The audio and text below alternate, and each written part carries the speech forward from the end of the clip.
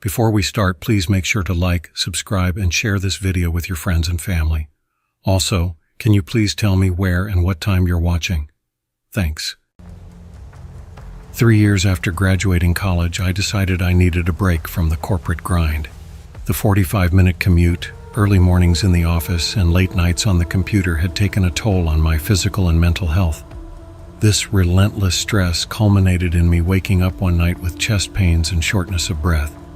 Convinced I was having a heart attack, I called 911 and was rushed to the ER. A few $100s in medical bills later, I was diagnosed with panic disorder. Although my mental health had never been perfect, I'd never experienced anything this intense. I was shocked that stress could have such a profound physical impact. Against the advice of my parents, academic advisor, and colleagues, I quit my first grown-up job less than 2 years in. Luckily, I had always been a saver and worked my way through college, so I had some breathing room before financial pressures would mount. I found a much closer job at a small bar and grill called Al's. It was in a pretty remote area, but often stayed busy, being the only restaurant and bar in the village. The atmosphere at the restaurant was a world apart from my corporate job. I could wear a t-shirt and jeans, shifts started no earlier than 10 a.m., and my co-workers felt like friends instead of rivals. I loved working there and still look back fondly on the 2 years I spent there, despite what happened. It was a Friday night and we were preparing to close at midnight. Sometimes we stayed open later, but that night the last few bar guests cleared out early. Jean, a server in her early 20s, sat at the counter counting her tips while Ben and I restocked the bar and washed the last of the beer glasses. "Better hurry up before that fog spreads," Jean joked. "You know I'm staying across the street tonight," Ben replied, sounding irritated. Ben's parents lived just down the street from the restaurant, and he'd often stay there if he was too tired or tipsy to drive after a late shift. I glanced outside. The village didn't look too bad, but the fog out on the main road leading to my house was so thick it swallowed the road entirely. "Driving through that's going to be rough," I muttered, shaking my head. Ben and Jean both looked up, exchanging tense glances. "Where do you live?" Jean asked. "Orlington," I replied. Jean's face went pale. "You realize you can't drive all the way back tonight, right?" she said. "They should have let you go earlier, before it got bad." "I mean, I have to," I said, confused. "Where else would I stay?" "You don't know anyone in town?" she asked. I shook my head. "Then you can stay with me if you need to," she said.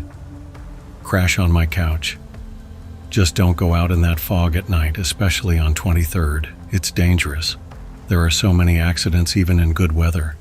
Imagine how bad it is when you can't see 10 feet in front of you." She wasn't wrong. Highway 23 was infamous for deadly accidents, rural yet busy, with sharp turns everywhere. I'd already had a few close calls driving to and from Al's. I was still surprised she'd offered to let me stay at her place. We were friendly, but she'd never hinted at being interested in anything more.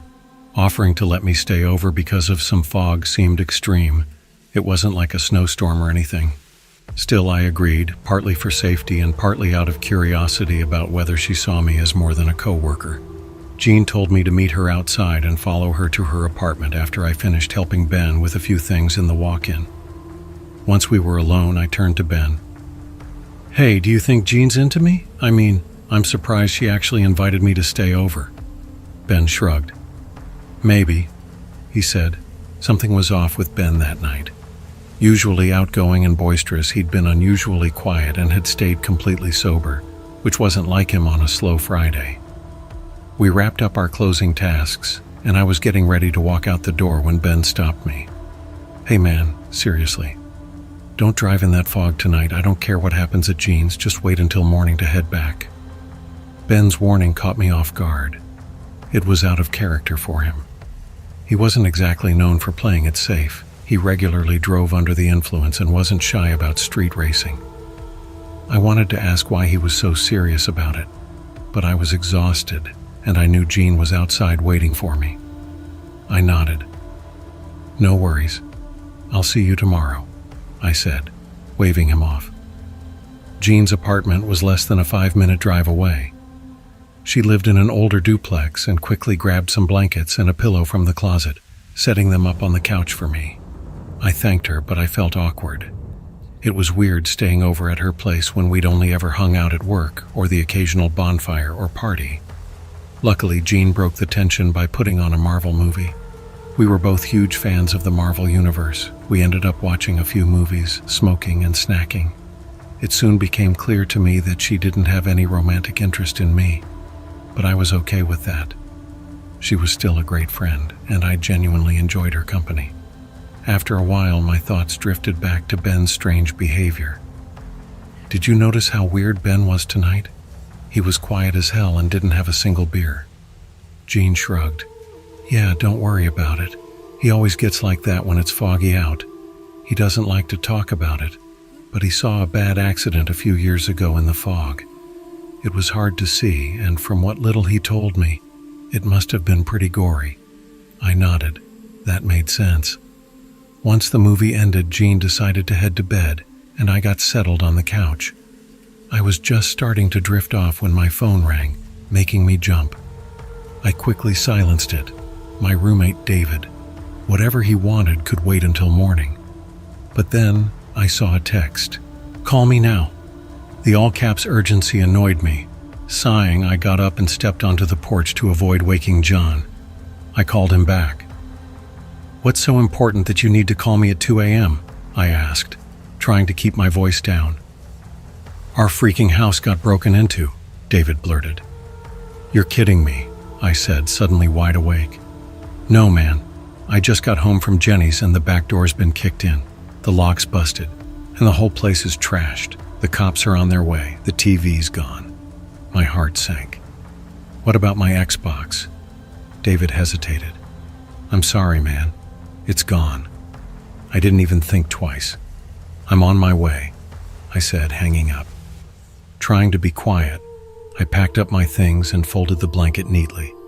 I decided not to wake Jean and figured I'd just text her in the morning to explain. I wasn't in the mood to be talked out of leaving. I needed to see what was left of my stuff. My frustration grew by the second. Theft was way too common in Warlington, and I hated remembering how many hours I had poured into a job that nearly killed me just to afford the things I owned. I sent David a quick text, letting him know I might take longer than usual because of the fog on Highway 23. Once I was on the road, I realized just how thick it really was. My frustration took a back seat to the sheer concentration I needed to drive. I was exhausted but forced myself to stay sharp, turning on the radio for company. I crept along at 25 miles per hour, even though the speed limit was 55.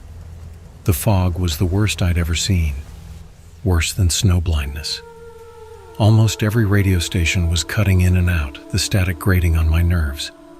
The only station I could get was playing some old folky country music. After a while, I gave up and switched it off, annoyed. That's when I noticed a light up ahead, faint through the thick fog. I slowed down, eyes straining to make it out. It turned out to be a pickup truck, hazard lights flashing, parked on the side of the road. I pulled over behind it and got out. Inside the truck, a man who looked to be in his 50s sat in the driver's seat with the door open. He was hunched over, mumbling and sobbing into his hands. Sir? Are you okay? I asked cautiously. He didn't respond, just kept mumbling and crying. Do you need help? I can call someone, I said, stepping closer. He suddenly looked up, his face red and eyes wild with distress.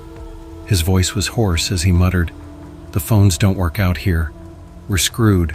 We're screwed. We're dead," he gasped, his breathing growing rapid and shallow. What's going on? I can help you, I said, trying to keep my voice calm. They messed with my truck, he stammered. I looked away for 1 minute, and now it won't start. Look, man, it's okay, I reassured him. I'll call a tow truck and the police if you want. It'll be fine. He kept sobbing and hyperventilating as I pulled out my phone and dialed 911. I tried 3 times, but the calls wouldn't go through. No service. This area wasn't known for great reception, but I figured if I walked up the road a bit, I might get a better signal. "It's no use. It's no use," he kept repeating, his voice trembling. I was starting to feel out of my depth. I had no idea how to handle someone so panicked, and I couldn't even tell what was wrong with his truck. It looked fine from the outside, but if someone had messed with it, were they still lurking nearby? I walked about 50 feet up the road and tried calling again, still nothing. Cursing Verizon's coverage under my breath, I headed back to the man. "Hey, I'm not having any luck here," I told him. "But if you want to walk with me to the gas station down the road, we can call for help there." His demeanor shifted instantly. His eyes narrowed and he snarled, "No, you're one of them." "What?" I asked, confused. He started muttering under his breath, nonsensical things. "I've been out here for 6 hours. Nothing's real. The road should have ended miles ago." My stomach dropped. This seemed less like a car problem and more like a mental health crisis. "It's okay," I said cautiously. "You're safe now. We can walk up the road and get you some help." That was the wrong thing to say. His hands fumbled in the glove compartment, and to my horror, he pulled out a shotgun. I stepped back immediately, raising my hands. "I'm sorry, I wasn't trying to hurt you. It's fine, I'll go." He kept the gun trained on me until I was out of sight. I sprinted back to my car, slammed the door shut, and tore out of there, heart pounding so hard I could barely focus. My knuckles were white on the steering wheel as I sped down the foggy road. Once I couldn't see his headlights in my mirror anymore, I forced myself to slow down. My chest tightened, and I struggled to catch my breath. Fumbling in my bag, I searched for my anti-anxiety meds. I figured I was far enough away to pull over, so I did, quickly swallowing a pill. Sitting there trying to collect myself, my phone rang. I grabbed it, relieved to finally have service. It was Jean. "Where are you?" she asked, concern thick in her voice. Guilt hit me. "I had to drive home, I'm sorry," I said. "It was an emergency." "Where are you now?" "I'm still on 23, about halfway to Warlington." I pulled over. I hesitated, unsure how to explain. I just had some weird stuff happen, and it scared the hell out of me. "You can't be out there alone like that, Owen," she said urgently. "It gets really dangerous in ways you don't understand. I'm coming to get you." "No, Jean, don't," I protested. "There's no reason for you to risk driving all the way out here. I just ran into some paranoid guy and it freaked me out, but it's not." Before I could finish, the call dropped. I tried calling her back, but no matter where I moved my phone, I couldn't get through. "Damn it," I shouted, slamming my hands against the steering wheel. I didn't want to stay parked here, but I also didn't want to leave when Jean was on her way. Sitting in the middle of the highway, in this fog, with who knows what lurking around, felt like a terrible idea. After about 10 minutes, I got out to relieve myself and see if I could get a better signal in the woods. As I was heading back to the car, I noticed something in the distance, a faint light moving through the trees. Squinting, I made out the silhouette of a person holding a lantern. They were heavy-set and tall, similar to the man from the truck. My pulse skyrocketed. Not waiting to find out if it was him, I bolted back to my car. The fog was just as thick in the woods as it was on the road, making it nearly impossible to see more than a few feet ahead. I was weaving through the trees when, bam! I ran straight into something, knocking the wind out of me and bloodying my nose. Stumbling back, I looked up in alarm. "Owen?" It was Jean. "Jean, are you okay?" I asked, still catching my breath. "Yeah, but seriously, walk much?" she teased, though I could hear the tension in her voice. "You shouldn't have come out here," I said, wiping my nose. "It's impossible to see, and there's some delusional guy with a gun." "I didn't want to leave you out here alone," she said firmly. "We need to go before the fog gets worse." "Worse?" I asked, leading her back to my car. I couldn't imagine it getting any thicker. But Jean didn't answer.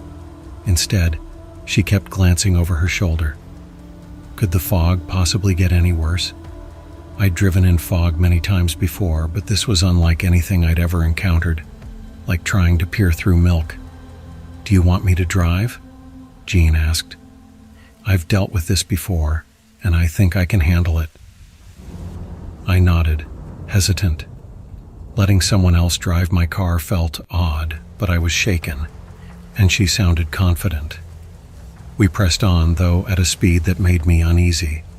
I repeatedly asked her to slow down, and while she agreed at first, she would quickly accelerate again. I couldn't understand how she managed to see the road or avoid other cars, though none seemed to be around. I attempted small talk, but she was unusually quiet, her tension palpable. Deciding it was best not to distract her, I sat in silence. Her pace eventually made me so uncomfortable that I asked if we could stop at the Quick Stop gas station just a few miles before the Worlington exit. She agreed. By the time we arrived, I was trembling. "I'll wait in the car," Jean said as I stepped out. Inside, I locked myself in the bathroom and splashed cold water on my face. My phone buzzed. Jean was calling. "Hello?" I answered. "Where are you? I've been driving on 23 for 10 minutes and haven't seen you." A chill shot down my spine. "What do you mean? You're outside Quick Stop waiting for me," I stammered. "Stop joking, Owen. It's been a bizarre night." "Jean," I interrupted, "something's not right." Her tone sharpened. "Owen, listen carefully. Whatever's there with you, it isn't me. I should have warned you. Something unexplainable happens on 23rd when the fog rolls in. My grandpa experienced it years ago but kept it secret until his final days. He saw things that could manipulate and deceive. You're in danger. They know you're there." Sweat drenched me as I struggled to think. Jean's earlier strangeness now made terrifying sense. "What do I do?" I asked, voice trembling. "Arm yourself. Don't let them suspect you're onto them until you're ready to act." Her voice broke and the line went dead. A knock on the bathroom door startled me. "Owen? Are you okay?" It was Jean's voice, or something mimicking it. I steadied my breath and replied as calmly as possible. "Yeah, just a second. Hey, could you check the car for a lighter?" "Sure," she replied. "But hurry up, we need to leave." Footsteps retreated, followed by the ding of the door closing. I seized the chance, slipping out of the bathroom and searching the store for a weapon. The place was deserted, despite being open 24/7, not even a cashier. Unfortunately, it wasn't one of those shady gas stations with pocket knives or brass knuckles for sale. Peering outside, I saw Jean standing beside my car. If I could beat her to it, I could escape. Heart pounding, I bolted. She noticed my intent and raced toward the car. Just as she began climbing in, I shoved her out. Her scream was piercing. The next thing I knew, she appeared in front of the car. I felt the impact before slamming the brakes. Shoving the car into reverse, I sped away, panic overriding caution. Despite the near-zero visibility, I called Jean. On the third attempt, she picked up. "Are you okay?" she asked, voice fraught. "What the hell is going on?" I yelled. "There's no time to explain. Just keep driving and avoid anyone or anything you encounter. If you've passed Quick Stop, you're almost safe. Just don't stop." "Who are they?" I demanded. "No one knows. They're shapeshifters. They twist reality. Just get off 23. Desperately clinging to her words, I drove slowly but steadily, hoping to spot the lights of Worlington. Relief turned to horror as two blinking lights appeared just ahead. Swerving to avoid hitting the vehicle, I saw a man running toward me. He started pounding on my window. It was the guy from earlier, the one with the truck. I couldn't tell if he was just a regular person or one of them, but I wasn't about to take any chances. I tried speeding up to get around him, but the loose gravel slowed me down. "Please, man, I'm sorry about earlier," he pleaded. "I have a wife and 2 kids at home. I need to get out of here. Please help me." Against my better judgment, I unlocked the door and he climbed in. I wasn't sure why I took the risk, maybe because he'd tried to warn me earlier. That, and the fact that he had a gun, which might come in handy at some point. "Where's the gun?" I asked. He placed it on the middle seat. "It stays right there. I won't touch it," he assured me. I drove off, unsure if I had just made a huge mistake. As we continued, I learned his name was Josh and that he lived on the other side of Worlington. He seemed like an ordinary guy, and I started to relax a little. "What brought you to 23 tonight?" I asked, trying to sound casual. Josh chuckled softly and stared out the window. Something about the way he did it made me uneasy. A bad feeling crept up on me, and I kept a closer eye on him. When he finally looked back at me, I caught a glimpse of his eyes, gray with no visible pupils. I froze. I remembered him having brown eyes earlier. This wasn't him. Slamming the brakes, we both lunged for the gun. He grabbed for it, but I wrestled it away just in time and pulled the trigger. The shot rang in my ears, deafening me. Panic flooded my body as I struggled to shove him out of the car. His window was open, which made it easier. I hurled the gun into the woods and sped off into the night, trembling. I'd been on this road for what felt like hours. Desperately, I kept calling Jean. The call dropped several times before finally connecting. "Are you okay?" I asked, breathless. "Yeah," she sniffled. "I had to turn around. It was too dangerous. I'm sorry I couldn't help." "It's okay," I reassured her. "Another one tried to get me, but I'm almost out." We stayed on the phone until Jean got home safely. As the connection cut in and out, I promised to let her know when I made it home. When I finally saw the lights of Worlington, it felt like a miracle. The fog cleared almost instantly as I exited 23. When I got home, still shaking, David greeted me. "What did the police say?" I asked, trying to sound normal. At this point, a break-in was the least of my concerns. David's face twisted in confusion. "What police?" I glanced around. The living room looked exactly as I left it. Nothing missing, nothing out of place. I forced a casual tone. "Someone at work mentioned a break-in in Worlington tonight," I lied. David shrugged. "Haven't heard anything." I went to bed trying to sleep, convincing myself the worst was behind me. But one thing was certain. I would never drive on 23 in the fog again. The next morning, I got ready for work and hesitated when I realized I'd have to take 23 again. I checked the sky, clear and blue.